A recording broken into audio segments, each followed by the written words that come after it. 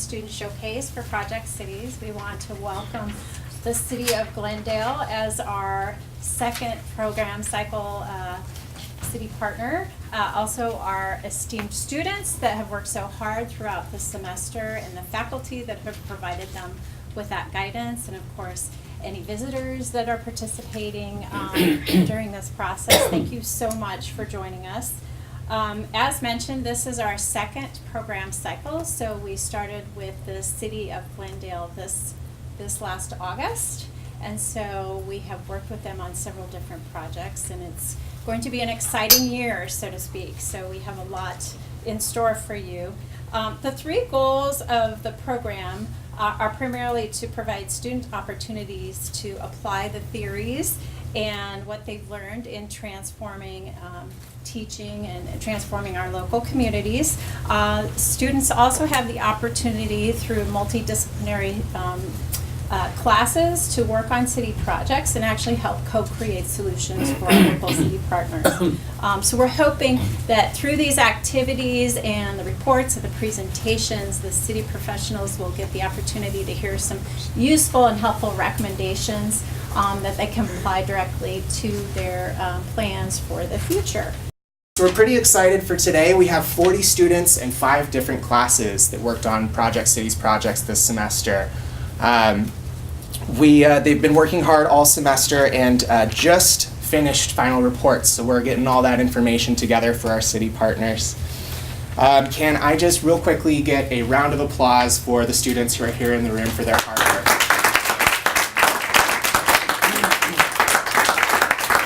We're very proud of the work that they've been doing, and we can't wait to share it with you today.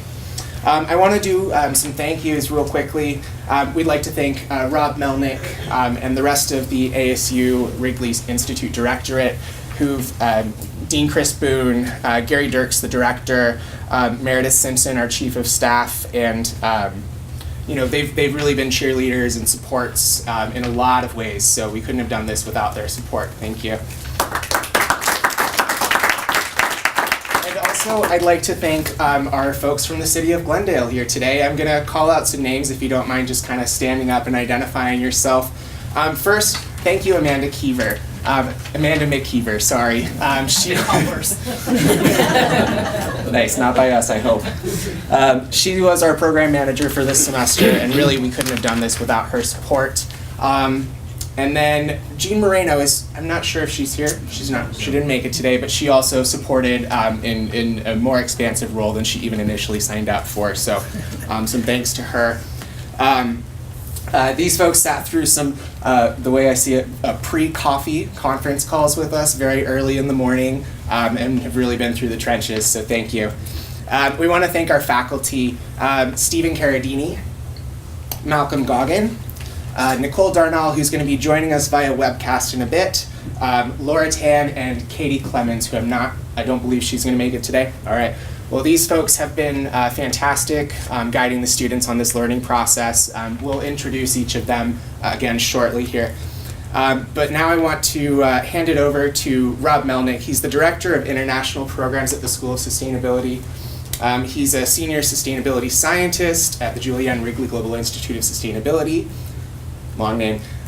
He is the Presidential Professor of Practice at School of Sustainability, former Executive Director and affiliated faculty with the School of Public Affairs at the Watts College of Public Service and Community Solutions, and he is affiliated faculty for the Center of Biodiversity Outcomes at the Julianne Wrigley Global Institute of Sustainability, a man who wears many hats. Thank you, Rob Melnick.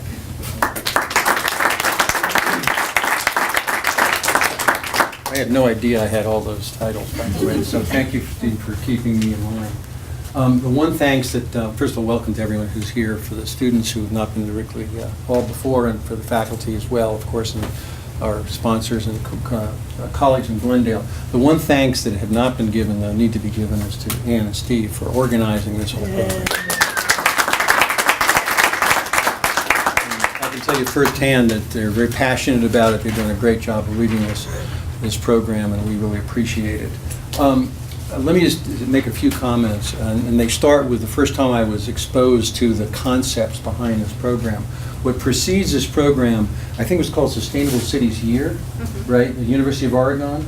And that evolved into a national network of universities that are doing things similar to, but not exactly the same as Project Cities. You see this Epic End network down here, and that's the evolution of this.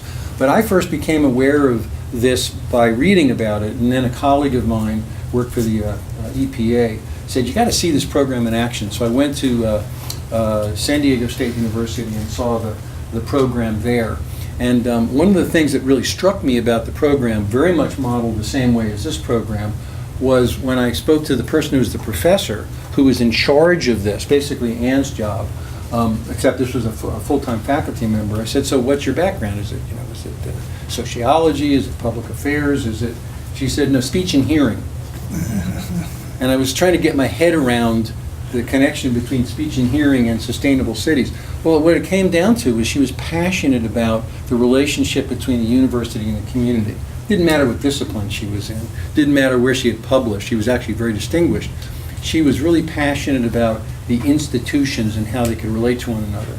So what I love about Project Cities here, and it's in its infancy, but I suspect it's going to grow considerably over the time in the capable hands of Steve and Ann, is that it is the best of the town-gown relationships that you can imagine, because it's a win-win-win. What I mean by that is it's clearly a win for the students, most of all because they get to work in the real world.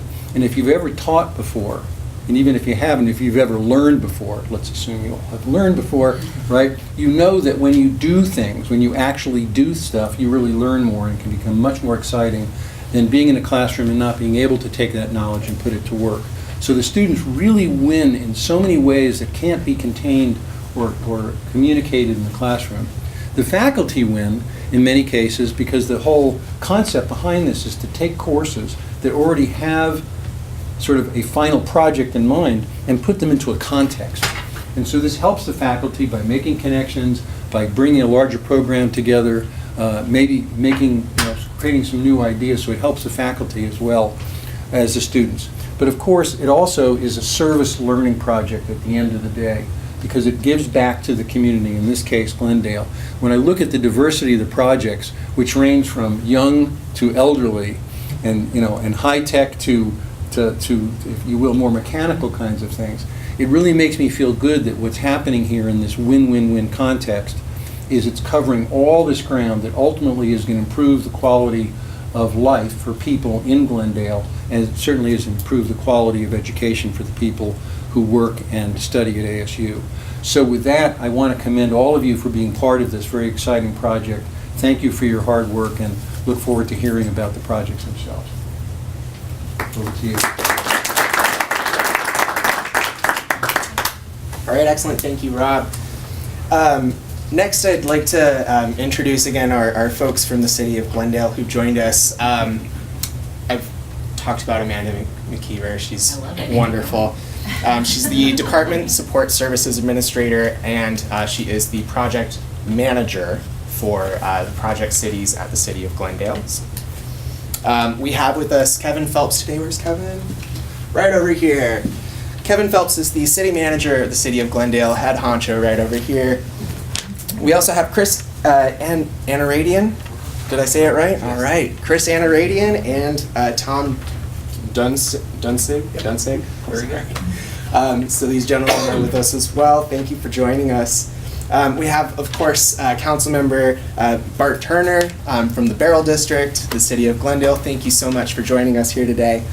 And if I can also, can I just get everyone who's with us from the City of Glendale to just stand up real quickly and identify yourselves. We also have with us here our project leads, Jean Moreno, Michelle, sorry, we don't have Jean, Michelle Wojtenko, Brent Stoddard, Jenna Goad, Vern Baker, and Amanda McKeever. And there are a number of other folks. I see Monica, I see Megan, who were able to join us today. Thank you all so much for coming over. Next, I'd like to invite Kevin to come on up and give us some opening remarks from the City of Glendale.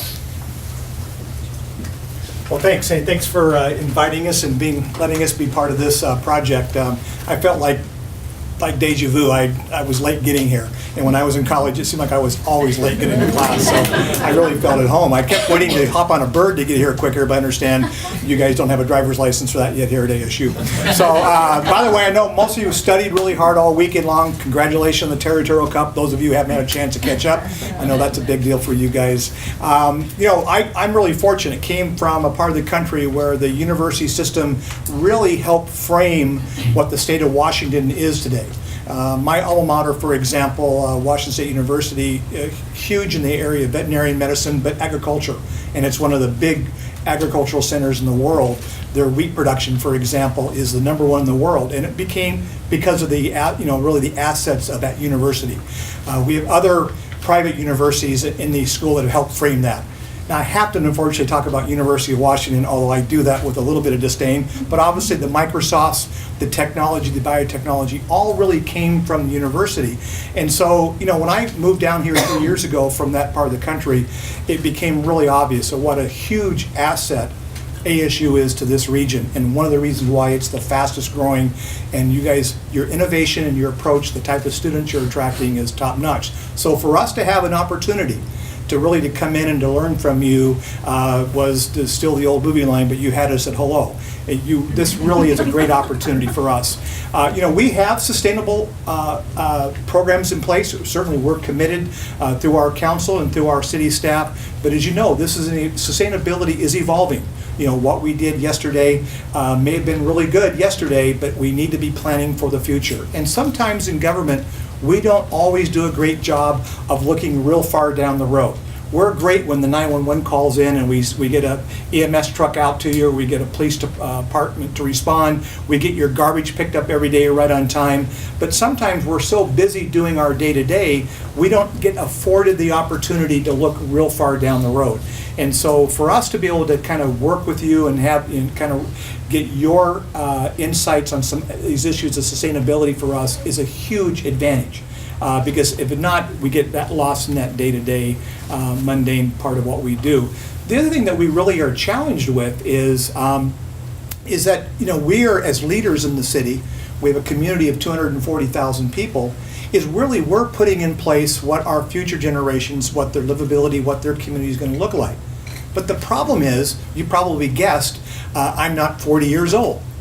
Councilmember Turner, I think, is our youngest council member, I believe, on our council, and he's not 40 years old. And so what happens just by default, kind of sometimes we get to be a little bit of an older leadership group in our community, communities. That's not unusual to Glendale, and yet we're trying to make decisions on a new generation coming up. And so, to a degree, we can only make certain kinds of have certain kinds of insights and experiences because I bring with me kind of my cave, if you remember Plato's allegory of the cave.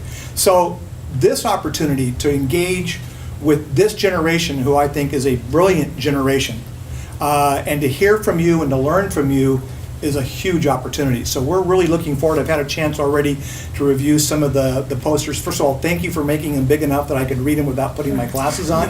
But really, a sincere thanks to, obviously, for the instructors and the university, but really thanks to the students for, and I know that there are going to be a number of items that we will implement, and I hope as you go forward in your career, consider being in government. It's a great career to be in.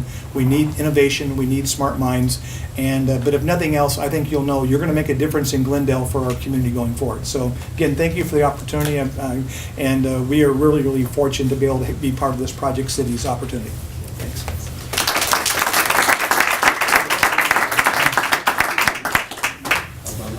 And I know I've talked about them just a little bit, but I want to briefly introduce where our faculty are coming from this semester. The faculty, can you please stand for me? Nicole Darnall will be joining us via webcast. She is the Associate Dean and a professor at the School of Sustainability. We have Stephen Carradini right over here, who's an associate professor at the Hugh Downs School, assistant professor. I have ASST. It's like, all right. He's with the Hugh Downs School of Communication and the Technical Communication Program. We have Malcolm Goggin, who's an associate Associate Professor and Professor of Practice at the Watts College of Public Service and Community Solutions. We have Katie Clemens, who is the Director of the Youth Entrepreneurship and Innovation Program. And we have Laura Tan, who is the Program Manager of the ASU Public Service Academy. Can we give them all a quick round of applause? All right, and to let you all know, we have a few different formats for classes this semester. We actually had a number of classes that were online. So we will be joined remotely by one presenter, and we will be showing video as well for another one of the online classes. All right, and with that, I would like to introduce. All right, so these are our projects this semester. We did 3 projects with 5 classes. In multi-generational community engagement, we involved Laura Tan and Malcolm Goggins' class. For the digital media strategy and policy, we had 2 classes taught by Stephen Carradini, and for the sustainability options, Malcolm's class is on there as well. It was actually Nicole Darnall's class, typo there. And with that, we're going to invite the students from CPP 201 to come on up and present on their project. Thank you. I don't know who's speaking first. There you go. Yes.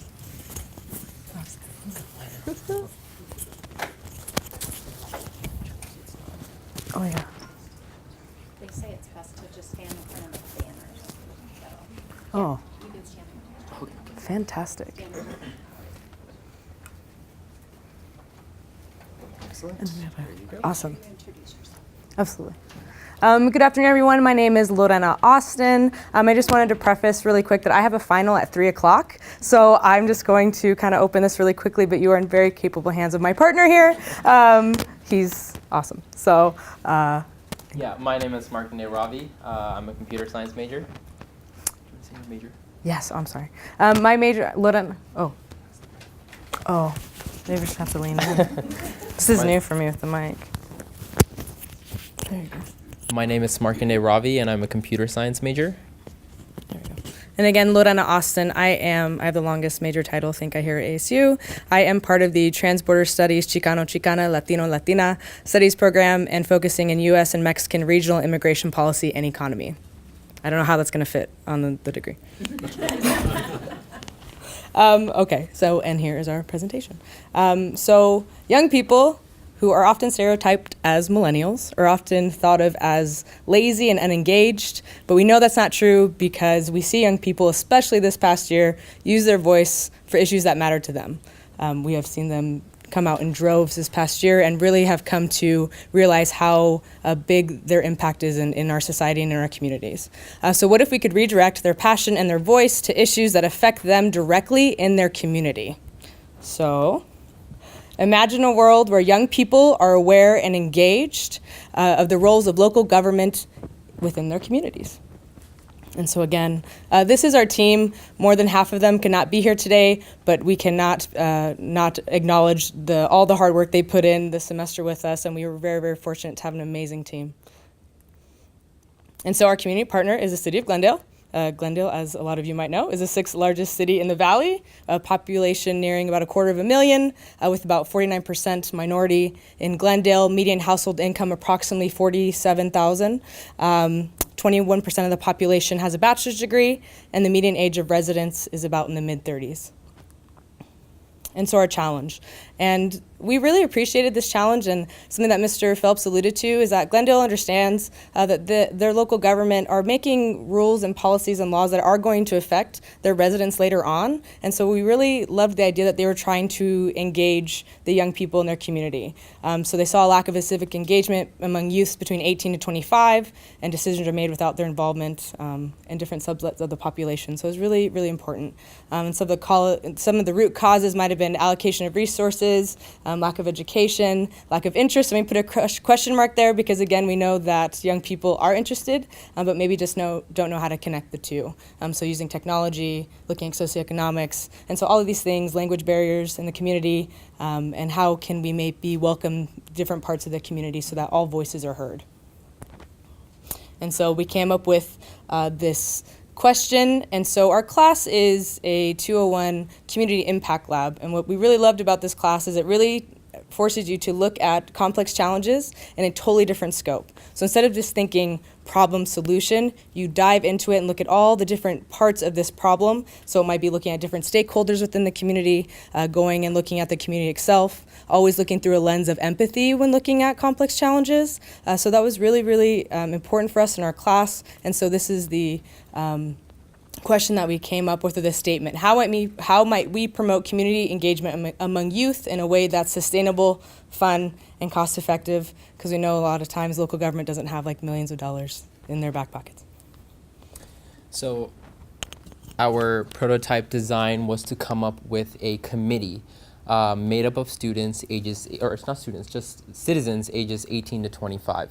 So what this committee would focus on is three things: community involvement and engagement, where they go out and they try to address certain problems in the community, sort of like they're given a project and they're coming up with a solution, kind of like we were.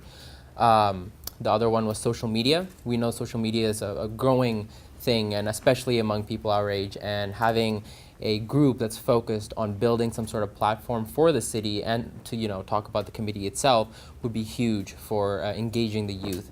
And then the third item would be, what was it? Networking, yes, networking with the city officials themselves. So giving these individuals a chance to actually talk to these city officials and get to know how government really works on a local level. This is sort of This is sort of a website that we had in mind, some sort of prototype to introduce the committee and what they're about. And then as far as testing, because we knew that since we'd have to kind of establish this committee, and there's lots of things that governments of any kind or establishments have to go through, different stages and to implement things and things like that. So what we did is we went and got a lot of feedback from stakeholders in the community, and we talked to people in this age range and found that they really do want to be involved in their community, but they don't know how, and they feel like there's this natural barrier between them and the government, and maybe that's somewhere they don't belong because they might not see people that look like them in those areas. They might not have communicated with them face to face. I know one of our members, Kathy, she went and talked to some of the high schools, and they explained that the students really are involved and they want to be because they know so much. Like, students now have access to so much information. They're not naive to the things going on around them, but they might just not have the tools that they need or have that communication with the stakeholders that will lift them up and elevate their voices the way that's needed. Also spoke with the president of Glendale Community College, and she said they do have a good relationship with the city, but didn't know this is something they might be interested in. And obviously Glendale is one of the largest community college in Maricopa. I came from Mesa Community College, so I love the community college system personally. I just transferred here. It's my first semester, so it's going well so far. But they have a really strong student government. They have really large clubs on their campus that have to do with the poli-sci and different things, and that's almost the identical demographic that you're looking to work with. And they're one of the largest in Maricopa. I think they 25 to 30,000 students. So right there, that was a great connection, and she was looking forward to meeting with you all and seeing how you all could build on that relationship that you already have. And then just again, Cheyenne, I'm trying to think of everyone's group. Cheyenne went and talked to some of the local USGs or student governments. And again, too, they said that they are involved, but it's just that connection that needs to be built. So just building upon those relationships that you might have already built on before or might have had that introduction, but just ensuring that you're using all of the resources you have and all the people that you already have in place. And so after that, we would talk with City of Glendale afterwards. It's something they were interested in, and seeing how we could implement this prototype to go into effect. And with that, y'all, I'm so sorry I have to leave. But like I said, you were in very good hands. Mark and Day, good luck. Thank you. But it's been such a pleasure to work on this project. It's really, really neat to come from a classroom and use and be taught skill sets that you can take with you into the workplace and in the future. Oh, Des! Our next member. Coming up here. It's like tag team. Cool. So thank you for being here. You're actually up. I'm doing prototype testing. No, solution roadmap. So. Sorry, my name is Desmond Kumi. I'm a business law major over at WP Carey. So I think we're on solution map. So basically, starting off, we are looking to announce the creation of the committee, and by doing that, we are just telling people we're in search of individuals who are ready to participate and engage and take up their responsibility within the committee. Going through the midterms, 3 to 6 months, we start regulating the commitment aspect and the permanent and agenda of the membership as well. And then in the long term, we should be able to see yes, 5 to 10 individuals that are frequently meeting and having a well-established website in order to navigate what's going on and staying in the loop. Some constraint is initial recruitment. It's a big responsibility to run a committee, just being in any organization, just keeping up with the times and meetings, because we have busy lives, we're all people, we have priorities, things like that. And also the interest of what problems we're going to deal with the community. Are we still task oriented? Things like that. Just keeping that organization, just keeping it as organized as possible. But the opportunity is just exposing the committee to community. It's a tool that can bring investments, interdependence between city officials, residents, and the youth as well, giving them their voice to act out in the community the way they see fit, as well as expanding. Should this model be very ideal, it not only can it grow within the city of Glendale, but other cities, even other states. This can probably be replicated all over the nation. The concept of funding with feasible donations and resources, it shouldn't be much of a challenge to keep the committee going.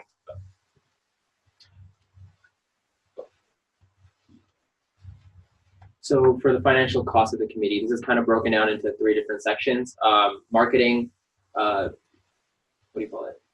Incentives, Yeah. and then a miscellaneous. So for marketing, we have the copy, paper, usual things needed to get the word out about the committee, as well as having a little bit of swag. So, when you go on campuses and stuff, people actually know what the committee is and go, hey, look, this is something cool. For incentives, we want to make sure we have food and drink at the committee meetings. We want to keep people full, kind of like here.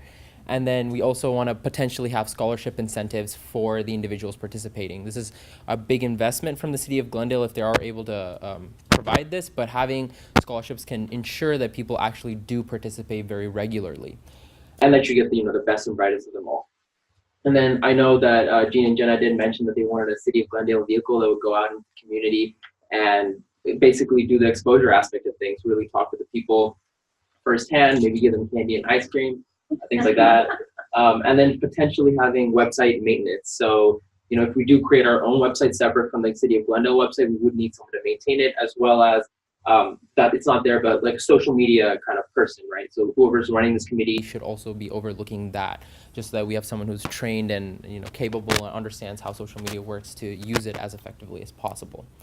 And for the timeline, essentially summarizing what Desmond talked about, we have to set a plan for, the first step would be to set a plan for marketing the committee and increasing awareness of it throughout the city. We want to make sure people and students know what it's about. We also want to solidify the agenda and requirements of the committee, what they're supposed to be doing, what it takes for people who are involved to stay involved and be successful, as well as develop training materials. We know that jumping into a committee like this, not everybody knows exactly how local government works, and especially specific local government. So we want to develop training materials based on Glendale's existing training materials to make sure that people actually have an understanding, or the city committee members have an understanding of how the government works. 3 to 6 months in, we do want to have 5 to 10 individuals join the committee, have it be a healthy group, and also begin the training and working on projects. For working on projects, it could go one of 2 ways. You can either provide the project to the group, and then they can sort of work on developing some sort of solution for it, or you can kind of give them the task of, hey, go out into the community, find the problem, and solve it. So those are 2 options. And then, of course, 7 to 12 months in, establishing a website that people can navigate, as well as having a strong social media platform. We want to be able to brag about the committee and how amazing they are, so people are invested in it and want to know about it for the future. Oh, and also talk about like events that are going on in the community and what have you. And then obviously the last part is really important, collecting feedback on what could be improved for the future. We want this to be an iterative process, right? We want to make sure that every year that the committee exists, it becomes better and better. Just for more emphasis on this, the committee should be focused on empathy and the human-centeredness, that it focuses necessarily on the people, but not necessarily the person. So, And I don't know if any of you have seen Parks and Rec, but in one of the seasons, they have the Unity Committee started by Leslie Knope, where basically the committee is given the opportunity or given the challenge of finding a way to develop unity between the two towns that join, Eagleton and Pawnee. And essentially, that was kind of like the basis of creating this thing, right? We want to, it was, I just had to, like, I just need to. So with that in mind, that's kind of how we want this committee to move forward, but professionally. Thank you guys so much for your support and time. This is a fantastic project to work on. And it was, yeah. Thank you guys. Yeah.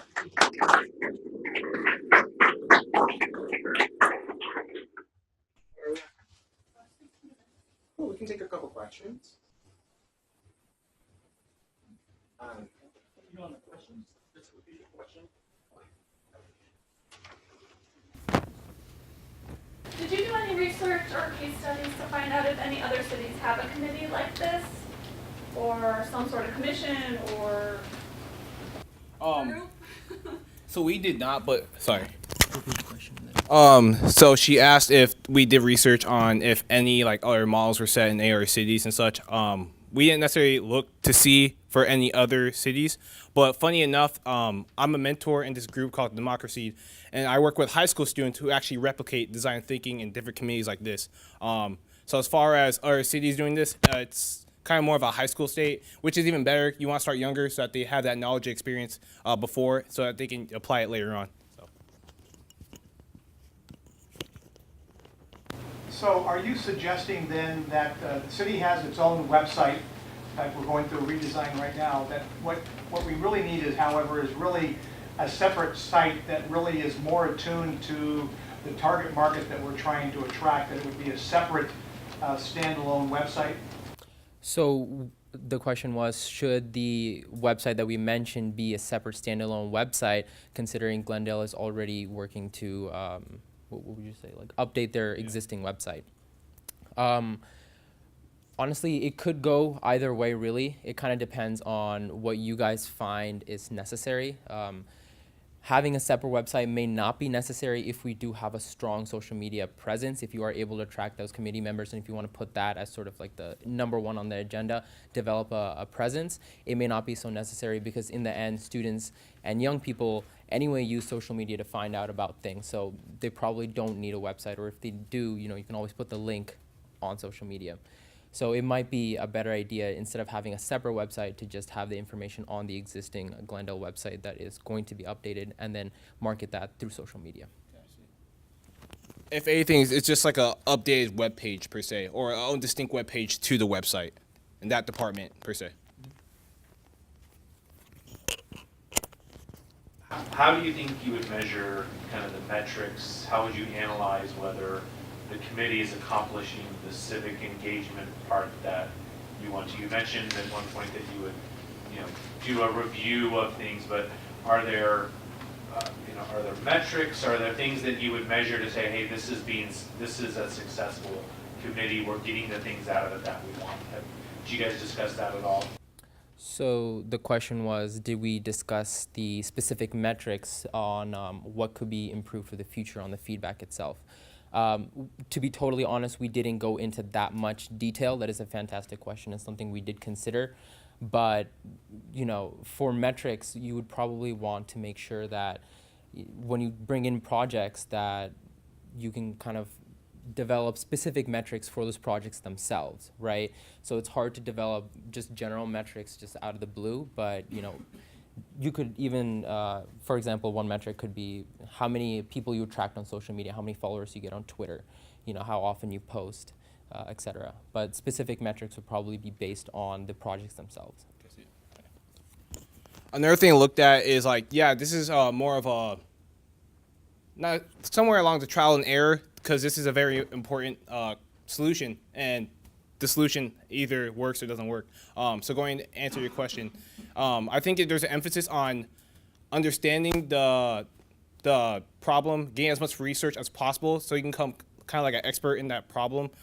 Therefore, you can tackle it better, because if not, it's more likely it would fail. So we would practice more of research and knowing what we're dealing with and being as specific as possible, so that we can be very accurate.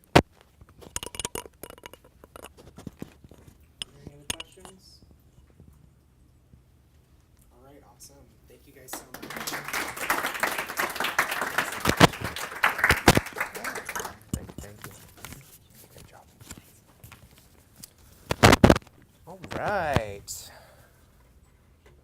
So, Well, and one thing I would like to mention real quick too is that the students are doing their presentations, but there will be a final report that is eventually created for the city that will then be published so that you will have access to that information in writing as well as the PowerPoint presentations. So there is a report to the background for these projects.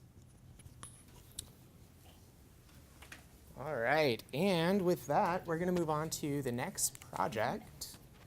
So this is the the digital media strategy project. This students from TWC 522, it's Carradini's class. Bit of background real quickly, Glendale has a robust and state-of-the-art presence in conventional media like television and print. However, there's a limited digital and social media presence in a world where a large portion of public communication takes place through those means. Glendale is hiring a social media manager in the near future without any clear social media policy or strategy. The purpose of this project was for students to create a comprehensive social media program and strategy to help the city communicate with their constituencies about city issues, events, and initiatives. Students would develop a strategy that identifies target audience as well as appropriate strategies, plans, and platforms for reaching targeted audiences while observing the digital media policy. Students worked in tandem with the other student group from Stephen's class working on the digital media policy project. Hello. Today we will be talking about the shared project between ASU and the City of Glendale as part of the Project Cities initiative, for which students have come up with an operations document for the city's social media management staff. This document has 3 main sections, which include policies, rules, and procedures.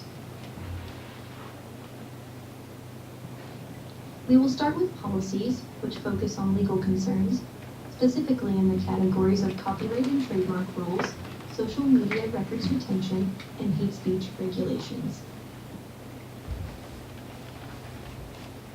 The research conducted includes sources from both professional and academic worlds, which ensures that our recommendations are conducive to a modern social media management plan. To start, some best practices for the social media staff to keep in mind include training employees to differentiate personal from professional social media accounts and using disclosure agreements, disclaimers, or release forms where needed.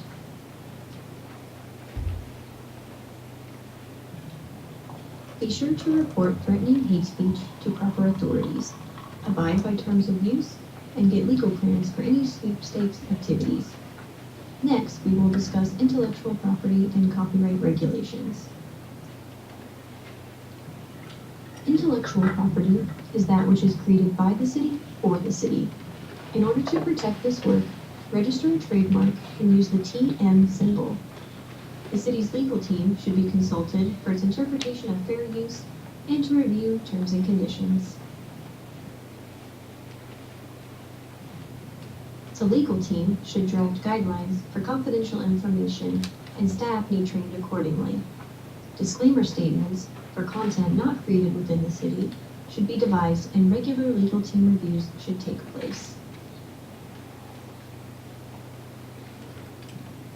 Policy documents outlining social media expectations should be created to guide and protect social media usage and content.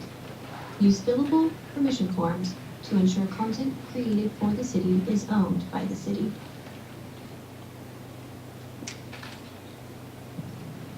The social media manager will have multiple responsibilities, which are listed here. Areas need to be revisited as social media connections increase. It will be important to maintain records of social media content, which is covered in the next section. The Arizona State Library Archives and Public Records is the authority on record retention in the state of Arizona. The City of Glendale should reference their website for retention schedules, standards, and guidance. Only unique records must be retained. Anything specifically created for social media would be considered unique content like comments and feedback.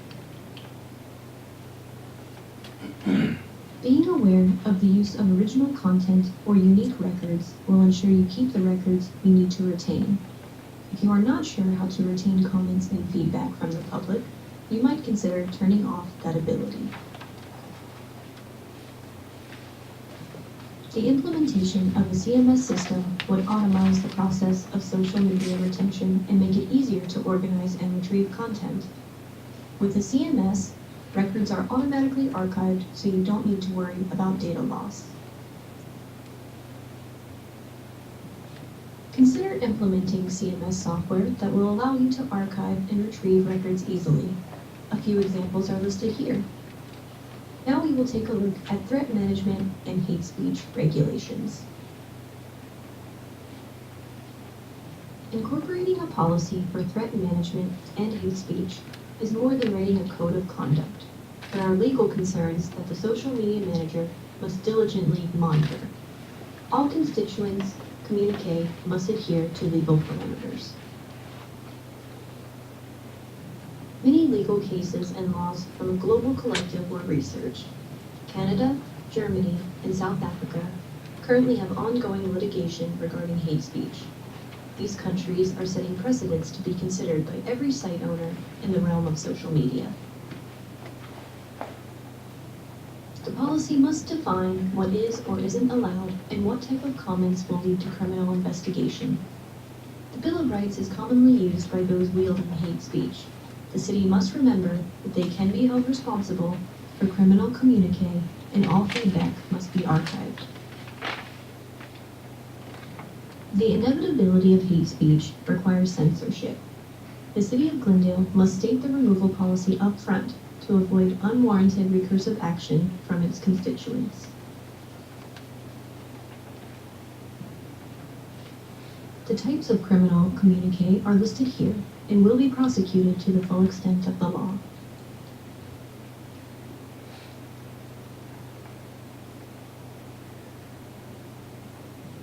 Finally, aggressive and off-topic speech. Trolls search online to post flame bait and to lure someone into their web of hate. This must be stopped immediately before it escalates into criminal communique. The social media manager must be a vigilant monitor of all communique. Thank you for your time. Next up, we will be discussing the rules portion of the social media management operations document. This presentation of social media rules will cover these topics. What are rules? Accurate account use. Content reflects values. Announcements. Best content types. And when and what to post. Please refer to the social media rules research document for more details on these topics.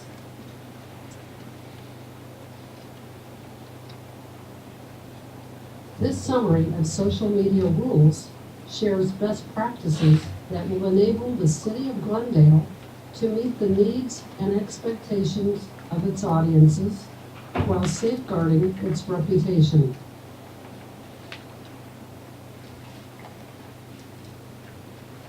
Since one size does not fit all, the city should consider each platform's audiences and culture before choosing the appropriate social media platforms to share content with your target audiences. Additionally, the city should establish rules for the appropriate use of city accounts and for sharing city-related content on personal social media accounts.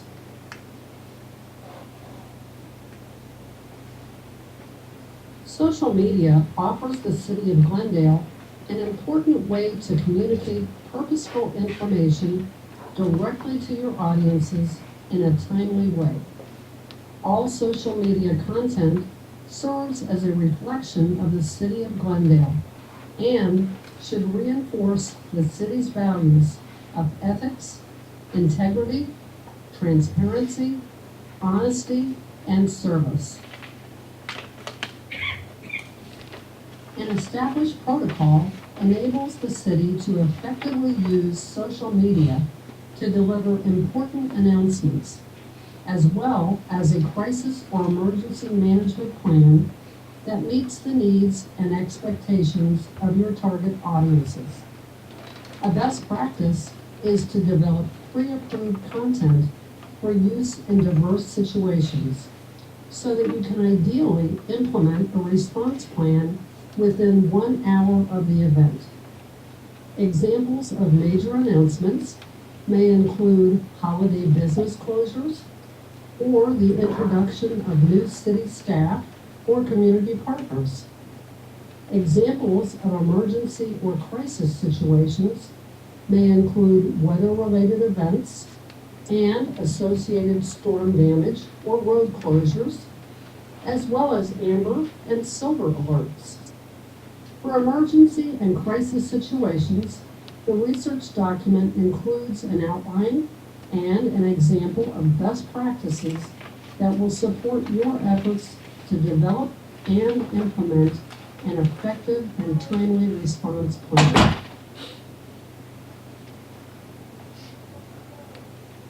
Best practices demonstrate that 80% of social media content should be designed to entertain, inform, and educate users, while 20% should be designed with a promotional or marketing focus on behalf of the city. The span of social media content is inclusive of visual elements such as pictures, graphics, pre-recorded videos, and live videos, as well as audio elements such as podcasts.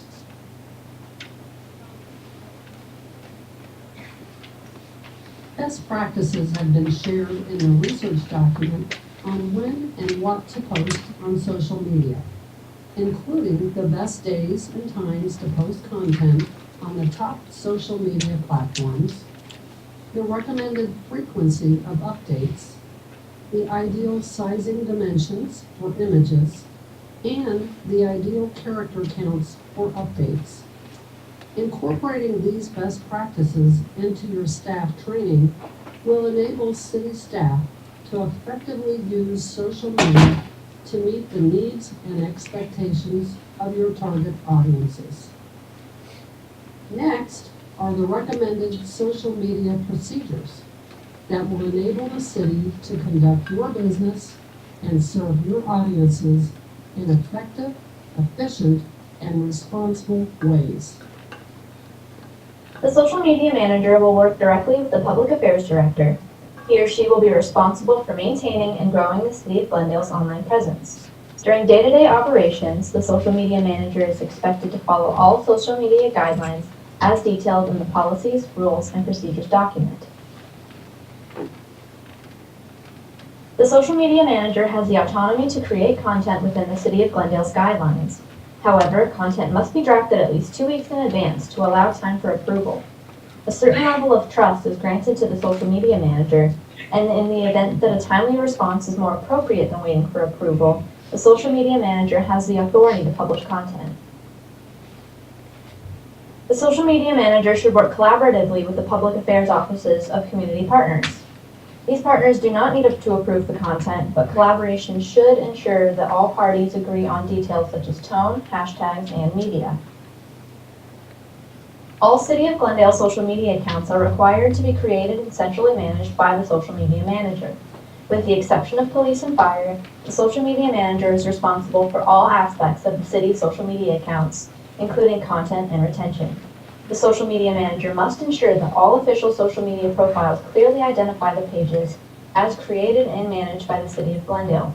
As much as possible, posts should include links back to related content on the city's official website. Social media content should engage with and add value to the lives of Glendale's residents, businesses, and visitors.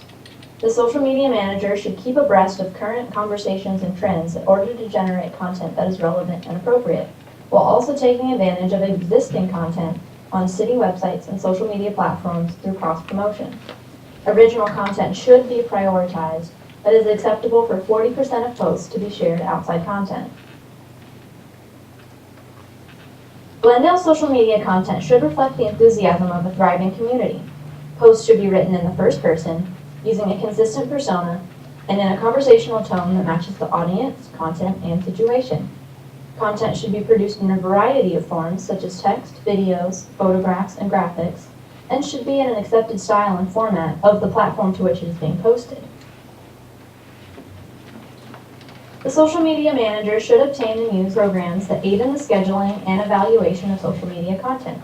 Scheduling software should be used to maintain an editorial content calendar and to manage posts on all platforms, with accounts being updated at a frequency appropriate for the specific platform.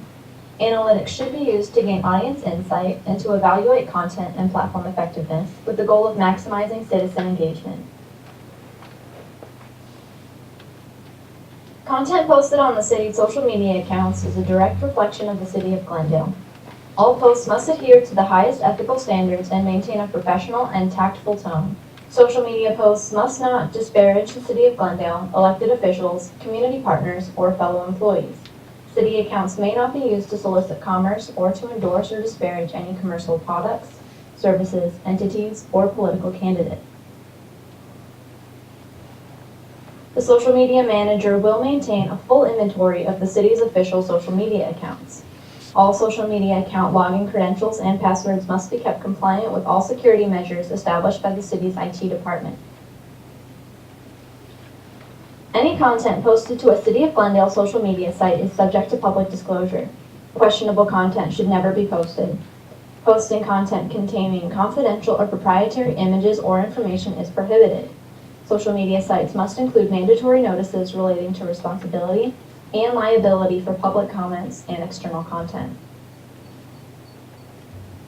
The city should prioritize engaging with constituents over avoiding risky situations. Social media interactions must involve responding to constituents' comments and requests in order to maintain audience engagement. Hostile constituents must be handled with courtesy and concern. While a positive resolution may not always be possible, the goal of any interaction is to maintain a calm and professional demeanor to minimize any negative impact on the city's public image. Thank you for taking the time to consider our suggestions for social media policies, rules, and procedures for the City of Glendale. We hope that these guidelines will be effective in helping the city to implement a social media program that engages the citizens of Glendale and adds value to their lives. If you have any questions or need further clarification, please contact Dr. Karen Dean. Thank you. Excellent. So we have some time for a couple questions if you want to come up.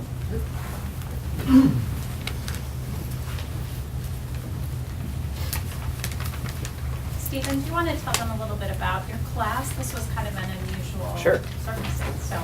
So the class is a graduate class, and it's a 7.5-week class because the degree program that I'm in has a degree that is intended to be all online. So the way that this course works is that we have all of the content of 16 weeks jammed into 7.5 weeks. And so the project that we did in this class took place in half the time of the projects in other classes. So one of the ways that we were able to do that was we worked with the City of Glendale and figured out a way to find a project that was heavily research oriented so that students could do that work basically from the beginning of the class. So I gave them the assignment very quickly instead of having to introduce a wide array of concepts before having them start doing this research. Furthermore, this was an online course and many of the students do not live in Phoenix or even in Arizona at all. And so we had to negotiate how do we work with the city as well as work where we live. And so Brent Stoddard, Public Affairs Director, was very gracious in giving time where we did a one-on-one interview with questions that the students had developed, and then we were able to record that and give that to the students so that they could have some interaction with the City of Glendale and be able to have their specific questions that related to some of the issues that were more specifically related to Glendale answered so that it didn't become just a generic project, but that it was really tailored towards the City of Glendale. So it was a bit of a different experience because we didn't have some of the on-ground elements that some of the other classes were able to have, but it was still a valuable experience for the students in getting a real contract sort of situation working, and I feel like for the City of Glendale as well. So, probably have time for like one question. Yes. Yes, please. Okay.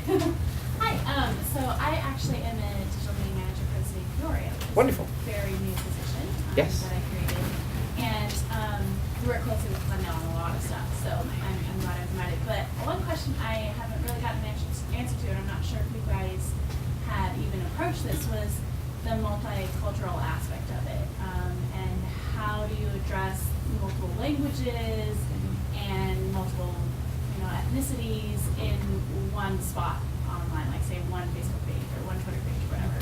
Yeah, so this class actually did not look as much at that because this was more of a overall policy procedures, sort of the high level overview. It's a good question though, because the class that's going to come up in about an hour, they did look at that specifically on how to handle constituents of various languages. So that we'll have to table until the next one. Thanks. So, and you had a question? No. Okay.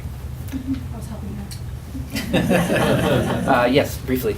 Just quick, you mentioned ideal mix on content was kind of the 80-20. Was that based on research that shows how to keep the follower engaged in it? If you mix it up, you have a chance of losing them? Yeah, so there is a lot of practitioner sort of professional knowledge about that. And there's some research into engagement. There's a lot of resources that they used. I can't say for sure that that specific number came from like academic research, but it is the students showed me that it comes from a wide array of sources. It's sort of a common accepted thing. I think we're out of time, but I would love to answer your question after. Sure. Okay. All right. Thank you, Stephen. As is common among many cities, public engagement in Glendale is often limited to people who have the time or resources to provide feedback in traditional public forums like public meetings, hearings, other events hosted by the city.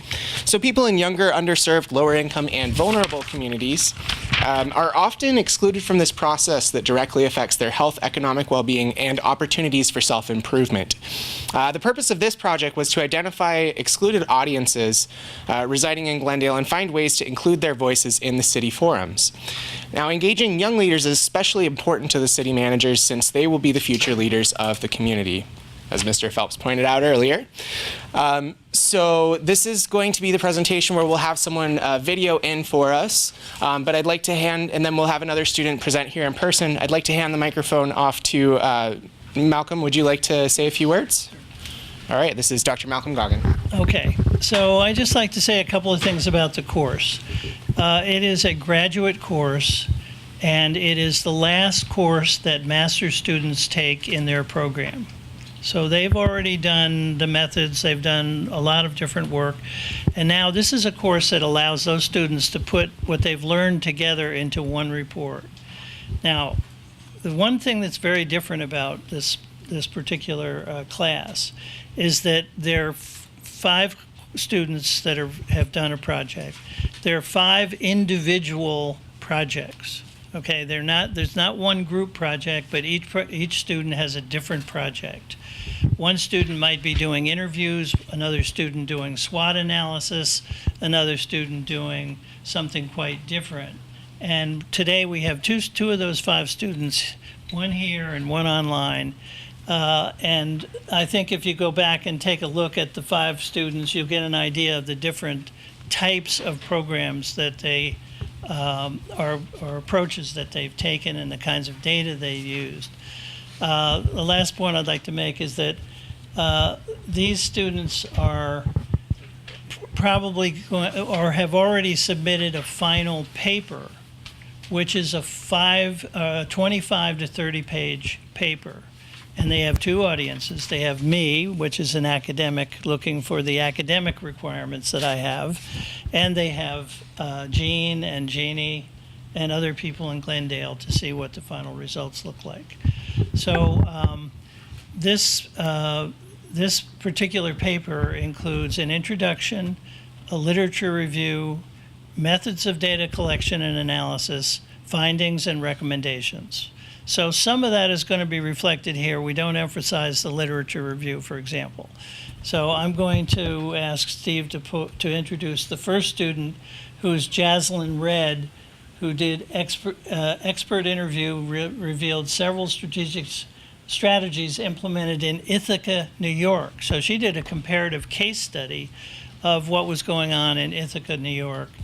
And Aaron Robinson, who will follow her, will give a face-to-face presentation. He also did some other cities.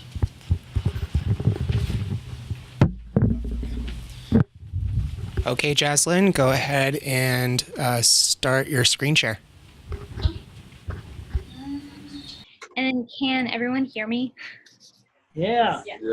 Perfect. Let me turn you guys up just a little bit. So yes, as Dr. Goggin said, I focused mainly a project on the city of Ithaca, just to look into more strategies that they're implementing for engaging the young people, especially the millennial generation. Since this government, the city government, is led by millennials. And I also felt it was important for a strategy to be on community-based volunteerism based on the fact that a lot of millennials, they're being recognized for their contributions made in their philanthropic endeavors. First, so the objectives were first understanding the millennial demographic, their behaviors and beliefs, just get a background knowledge of what their interests are, what is trending with them. Second was to analyze the relationship between community-based volunteerism and millennial public participation, especially seeing if community-based volunteerism can lead to more civic engagement. And then also looking into other local government strategies that have been successful in engaging younger generations, especially within the Ithaca area. So my methods was a semi-structured qualitative interview with the city of Ithaca, particularly their Community Life Commission, which is responsible for understanding like what is going on in their community. They have to interact, they have to provide community engagement so that they can get community input and their needs and like what's important and what's concerning the community, and provide feedback, research, and analysis to the government, their common council, along with other boards when they're creating, planning, and implementing policies for the city. So the strategies that the Community Life Commission focuses on is managing an accessible community forum, also known as the city's voice. This is located online on their website. It's constantly updated. It also allows community members to put in their ideas, feedback, and any like issues that may be concerning the community at the time. Second is that they are really, really key on high responsiveness with anybody reaching out to the commission. They feel that it's important to make sure that each community member is having a positive experience to continue their community engagement. And then third, they're actively researching what is going on within the community, especially talking to special communities, focus groups within the city, and actually inviting them to their community meetings just so they can learn about them and what's going on. And so that's guest speakers, doing presentations, whatever it may be at the time. And then the next for overall community participation strategies for the city that they utilize is high awareness and education for any city projects that are going on at the time. They do it in a way where people have to see, like people are compelled by what's going on, whether it's through posters, whether it's through social media, and that also really pushes their community members to be engaged, to be involved. is the strategy that they use. Second is that their mayor is regarded as a public figure. And so he's used his power through the social media platform and connecting with what's going on, what is going on at the national, federal level to what is going on to what the Ithaca government is actually doing for its people and connecting the dots for them.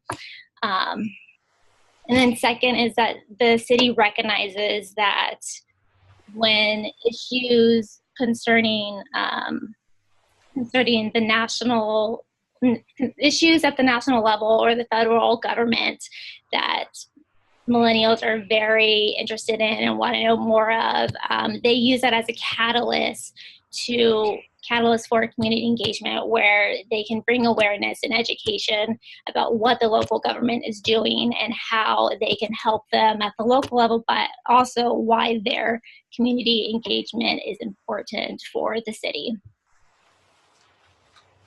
I'm trying to keep this within 5 minutes. And then the recommendations based off what I learned from this interview with Ithaca, and then along with the literature review of what I found nationally, what local governments are doing is, first is Glendale considering hosting a community panel. What they selected millennial residents and city officials and community leaders, where they can learn about what the millennial residents' interests are in their community, how they engage in it, what they do know about what the local government is doing, just to start a dialogue between both the city and the millennials.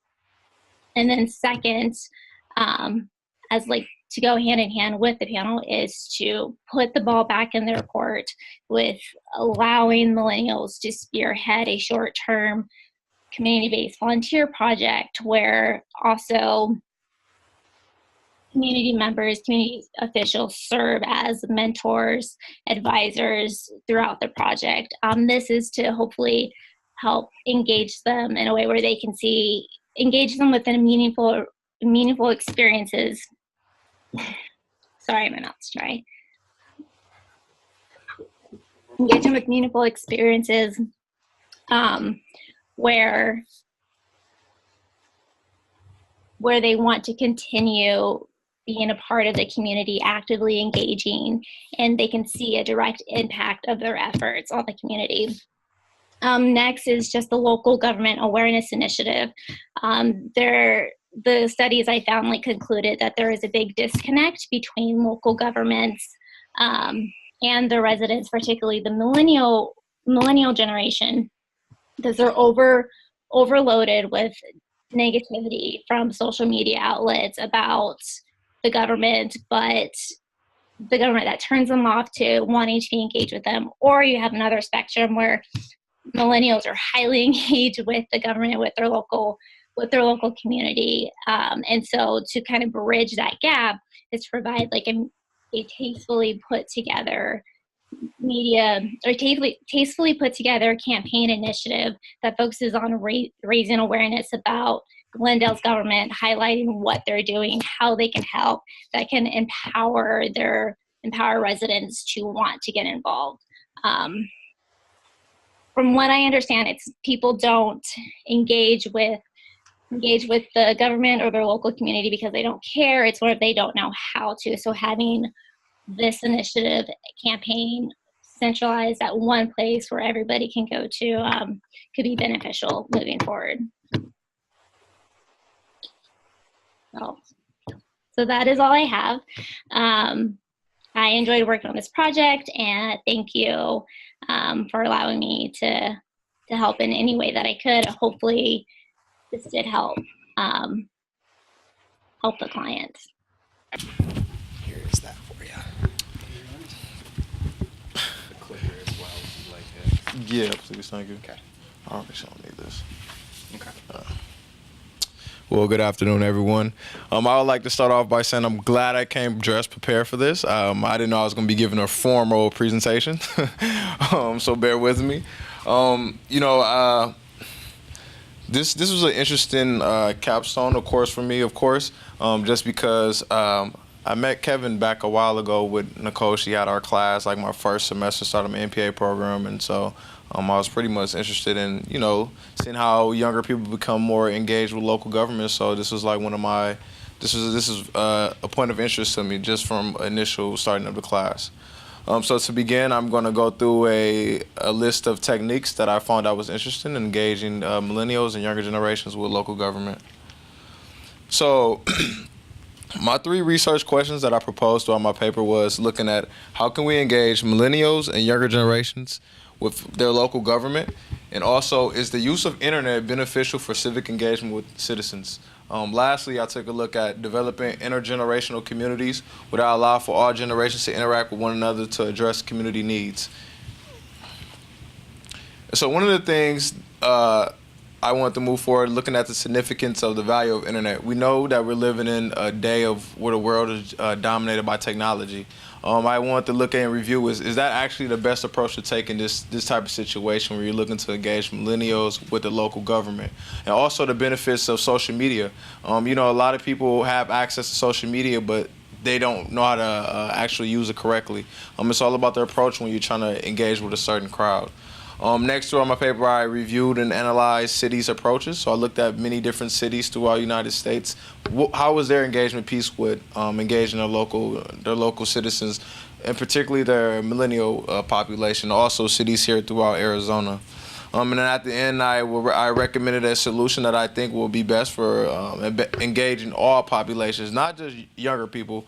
Of course, we would like to encourage make the connection with the younger people so they can be encouraged to become the next local leaders, but also engage in those that's older, but they're disconnected with the local government and knowing what's actually going on.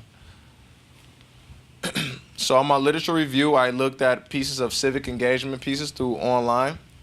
A lot of the engagement pieces that I found online were pertaining to creating digital apps where you can engage with your local community, far as if you're having a local issue that's taking place, it's an app that your citizens can actually download and stay connected with what's going on throughout the city. And also you can give feedback and your input on some of your concerns. Also throughout my literature review, I looked at citizens participation techniques. So ways that you can communicate with your citizens outside of technology, outside of social media through their phones.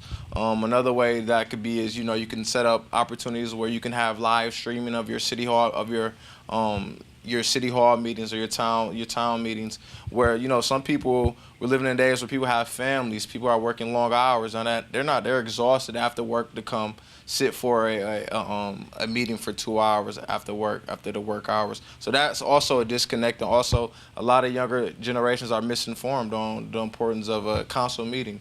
People don't actually understand what takes place with that. And also I looked at the issues of online engagement. Like I said, you have millennials, but there's still millennials that don't have access to internet. And so that was one of the things that I found was an issue as well.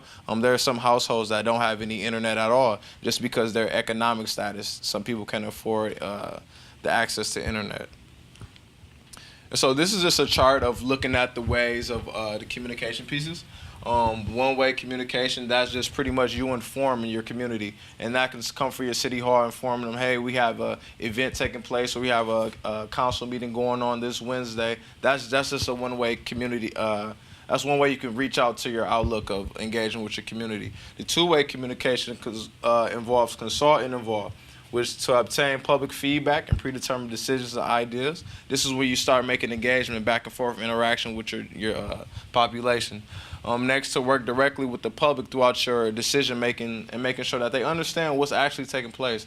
Because a lot of citizens, they see new developments going on, but they're disconnected on what's taking place. They didn't know that these decisions were being made, and they had the opportunity to actually get feedback and their concerns. By the time they actually see things taking place, the construction going on and all the zoning taking place, they're way behind on the input piece from that aspect. And then it becomes to actively start and engage, collaborating with your community. Once you get to that piece of the citizen participation engagement level, you start getting the feedback, and your citizens can actually start providing solutions to their potential outlook on their community. So I did a case study of 4 different cities, as I mentioned. I liked it with Austin. Austin is, for one of the emerging tech cities in America.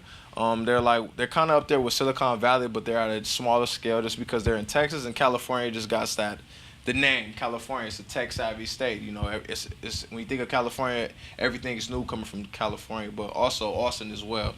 Austin created a program called Speak Up. They partnered with a private company called Bang the Table, Table the Bang.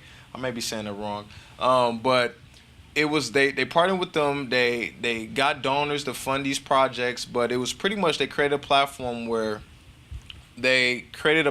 citizens can go online and direct it to their website, where they could get information about upcoming projects and allow for them to take surveys on do they agree or disagree with the upcoming projects, and also allow for residents to give feedback and also understand and track the next steps moving forward with the project.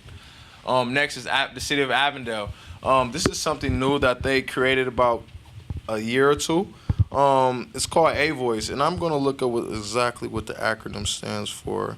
I had it right here.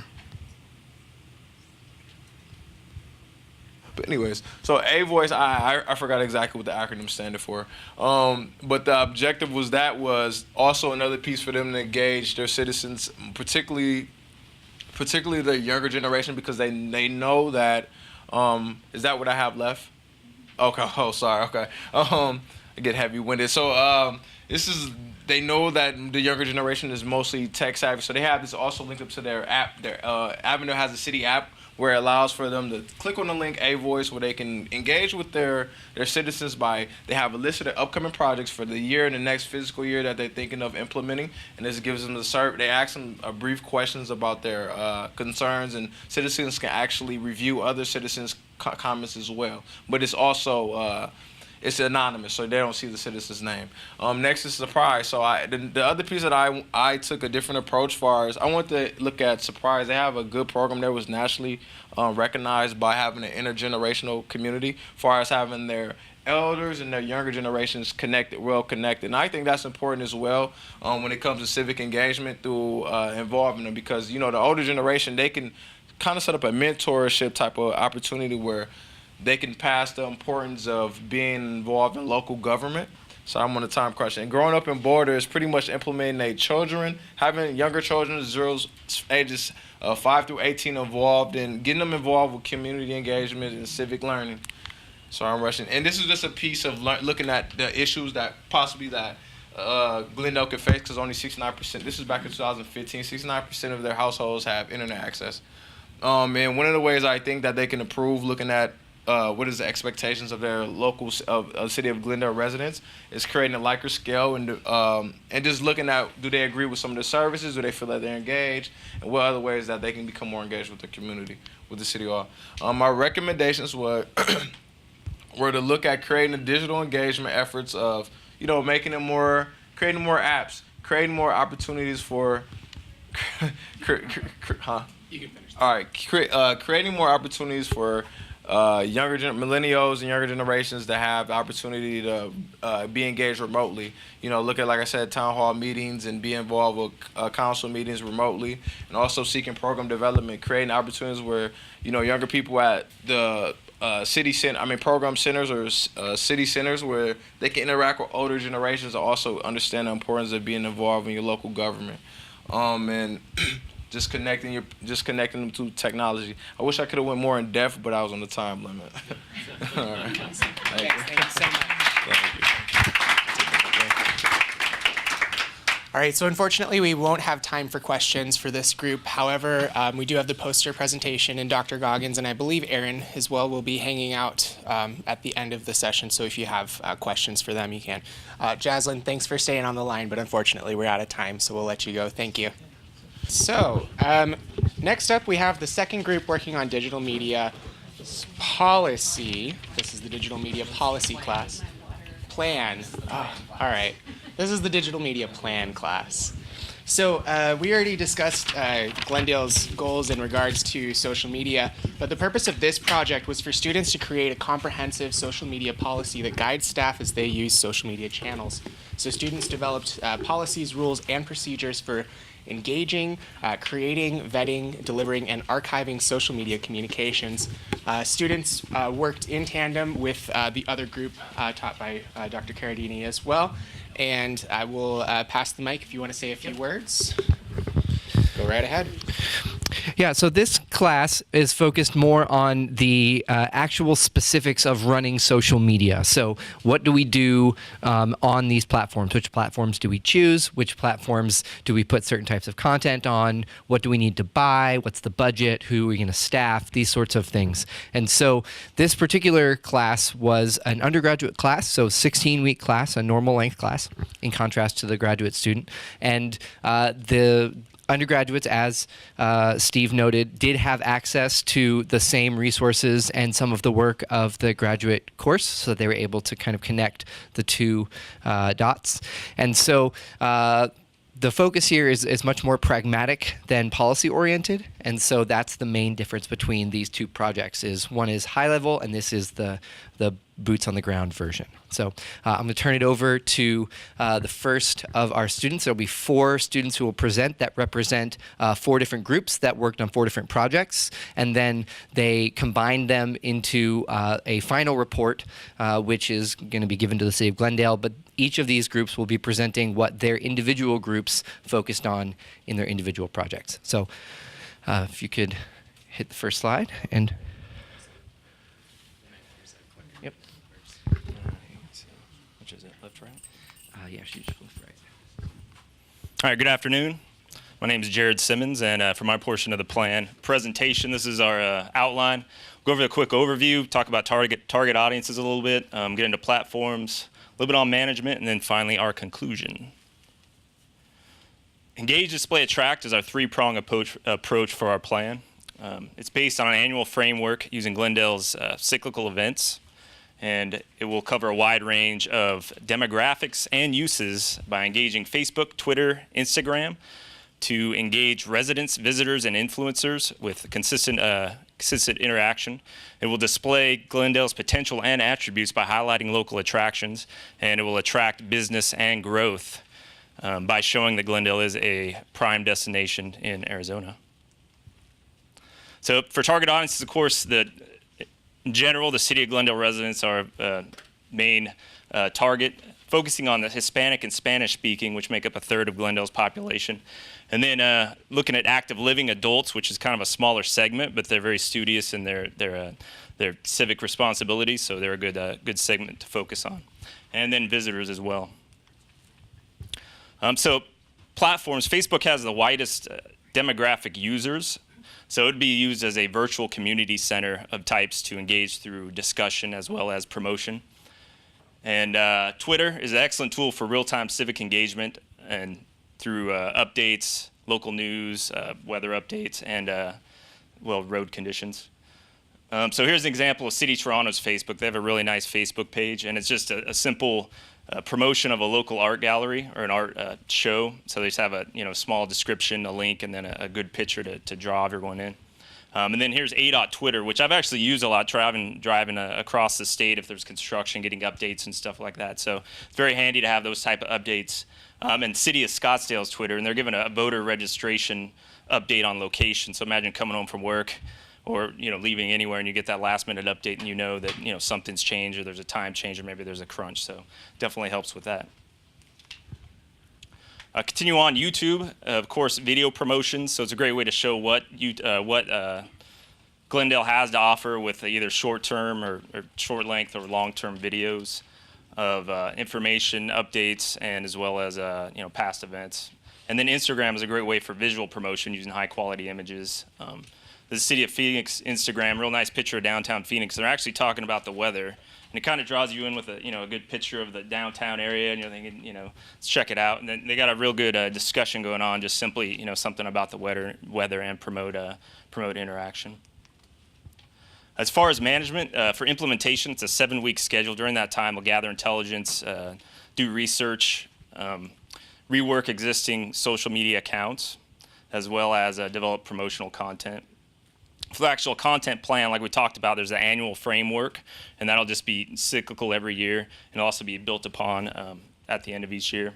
And the additional weekly focus of local attractions, restaurants, businesses, and those will be promoted through all 4 of the different social media platforms. Staffing is just one manager. Use the existing AV team for Glendale, and maybe an unpaid intern for coffee or washing cars. And then as far as the budget, just the average salary for a manager, social media manager across the country is $56,000, so that would be a good starting point.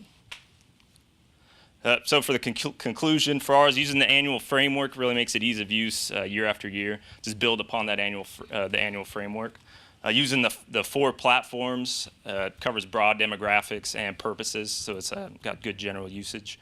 Staffing, streamlined with a small staff, so it's easy to focus their effort, and the budget's a little bit lower and more manageable.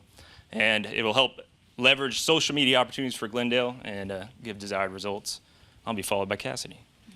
Thank you. Hi guys, my name is Cassidy Rios, and I'm representing my group. So for our outline, we're gonna target audience and demographics, budget, the implementation schedule, as well as the content release. So the importance of social media is used on a day-to-day basis, tied in with technology, whether it's for businesses or individuals. It's used for promotion, tied in with businesses, and then for individuals, we use it at our own benefits for whatever that may be.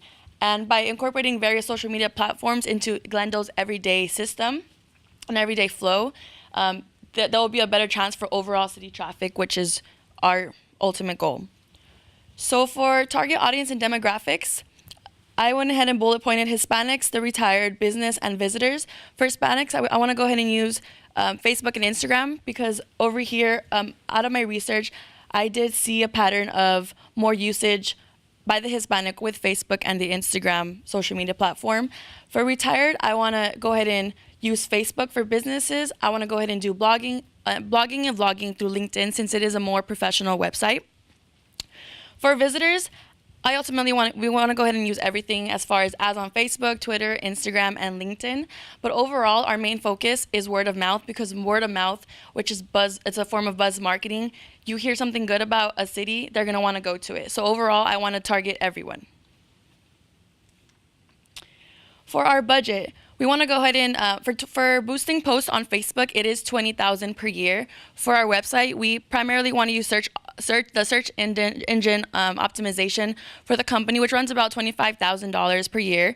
And it will be $0 cost to post, because with an intern, because they just want experience to learn for their future endeavors and their career goals. And we want to use the staff of the City of Glendale. So the more people post it, the more it benefits the City of Glendale. So the total estimated would be $45,000 a year. Specifically for staffing, we want to go ahead and do a social media manager. So I want them to go ahead and post, schedule, and share overall content. And we want them to assist the social media manager. For the content creation team, we want them to create the content and use to promote different aspects of Glendale. So I want them to go ahead and bring more creativity into the postings, not just a post, something more meaningful behind each and every post. For the assistant to the social media manager, we want them to help find the material to like, share, and comment on anything that's related to Glendale. So basically, it's engagement. For the implementation schedule, want to create, prepare, engage, and once again, prepare. So we want to create, step one, we want to go ahead and create professional social media email account while opening all the social media platforms that I had mentioned in the previous slides. I want to go ahead and create accounts with the city's information. So I want to ultimately also create a link to the website, and then among that website, links to all of the social media platforms. So it's just easy access for anyone who wants to navigate any of our platforms. We also want to add in the important dates and events and contact information to help anyone that needs information on Glendale. And then, like I said, we want to go ahead and engage with all the platforms and want to accurately prepare all of the platforms against Facebook, Twitter, Instagram, and Snapchat.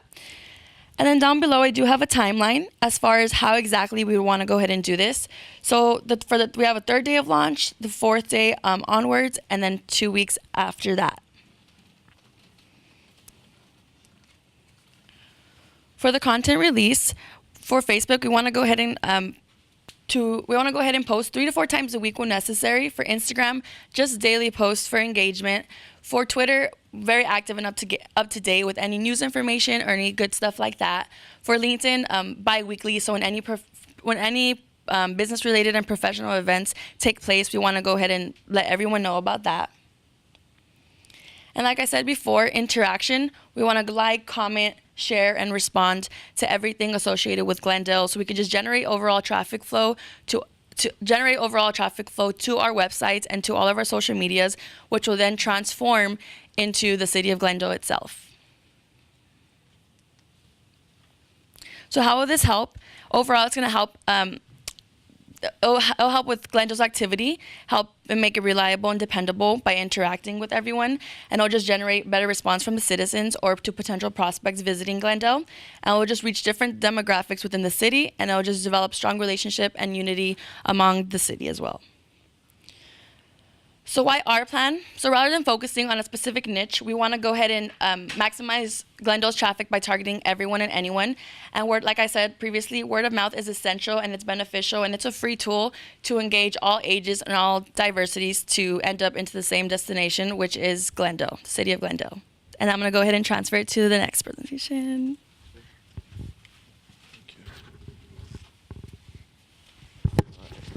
My name is Farhan Khan, and I'll be representing my group. And today, I'll be discussing the demographics that we're going to focus on, the implementation schedule, our budget, and the final conclusion. So as we know, a lot of members of the Hispanic community are active on social media. Although they're heavily active on social media platforms such as Facebook and Instagram, their participation level is very low. Our goal is to connect with them by staying up to date and providing engaging content that connects with the Hispanic community specifically. The senior citizens of Glendale are the most active on social media. We plan on connecting with them by spreading community engagement, keeping them informed about the city, and also by providing them a platform so they can share their own content. Okay. And our implementation schedule is gonna take us roughly up to 7 weeks. This includes creating the page, buying all the necessary equipment, and the posting of the material. Our implementation strategy will be planned out and executed as the weeks pass. Okay. And then our budget for this overall project will be a little over $200,000. $198,000 is going to go to the staffing overall, and then $2,359 is going to go to the equipment overall that we're going to use throughout the whole year. Okay. We plan on using Facebook, Instagram, and Twitter for our overall marketing plan to target different demographics and get them to engage and involve in the City of Glendale. Our main goal is to establish connections, build relationships, and keep the audience engaged by providing them information and awareness about the City of Glendale. Okay, and then I'm going to pass it over to you.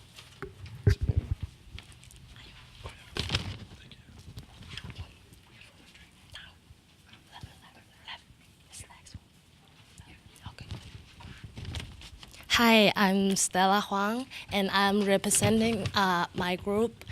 So based on the previous slide, we have known that there's a lot of Hispanic and Spanish speaker in City of Glendale. So our plan is separating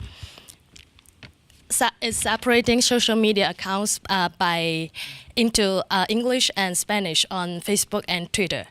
So we are focusing on the Facebook and Twitter. So by separating two language which can connect to English and Spanish speakers in their own language, you will need a social media manager that is bilingual, and it'll be much easier to create a buzz for events. And secondly, Glendale can give each language voice, and a bilingual social media manager gives the ability to get feedback from all of the community, and the community will get to be heard. And last, Glendale will be able to create content in a way that makes sense on social media. This will give the city a chance to create content for all, and this will make invitation and news to be received better. And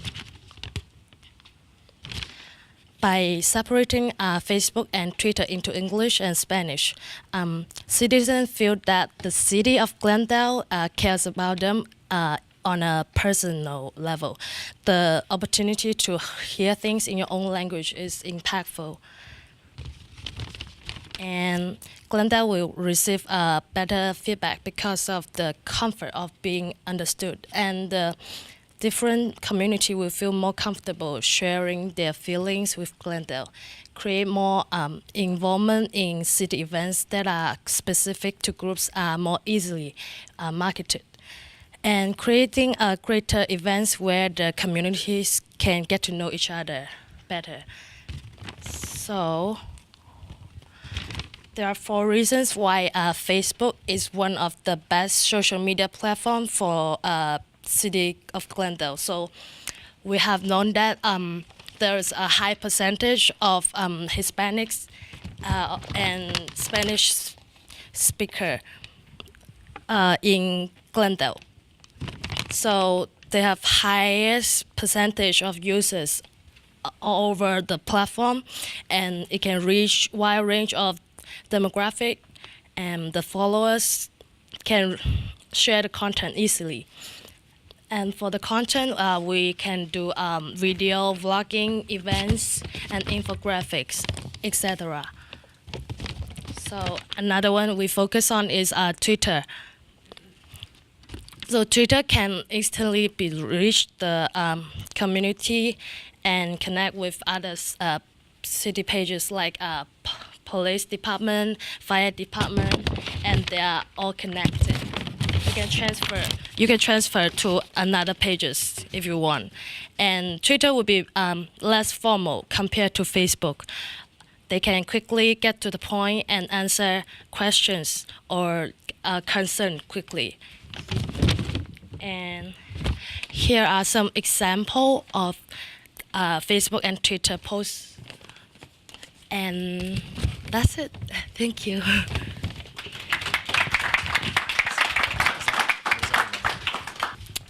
So today we are truly local to global because Dr. Nicole Darnall is joining us all the way from Japan. Nicole, can you hear us? I can. Konnichiwa. Awesome. Thanks so much for joining. So quick introduction for this group. Since the 2008 recession, the City of Glendale has put off constructing new facilities to house operations and management functions, as well as public use facilities. In the next few years, there will be a spate of new facilities built, which will replace substandard facilities and add new facilities. And the purpose of this project was to help the city develop standards for those buildings, how to use low carbon systems, techniques and materials that would conserve water, energy, and land.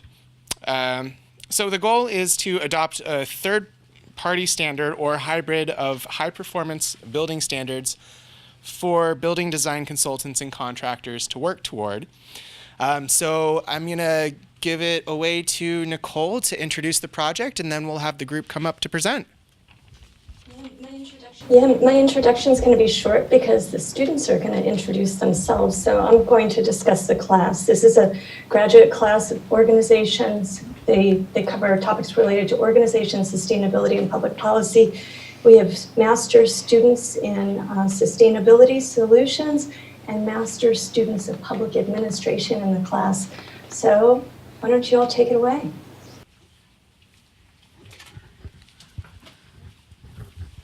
Good afternoon. Can you hear us? Is it on? So we are the students from PAF and SOS 445. It's Organization, Sustainability, and Public Policy. We were guided by Professor Nicole Darnall. She's in Japan right now. So our project was based on the renovation of field operation campus in Glendale, and we reached for landscaping, sustainable purchasing, green building standards, and also energy efficiency.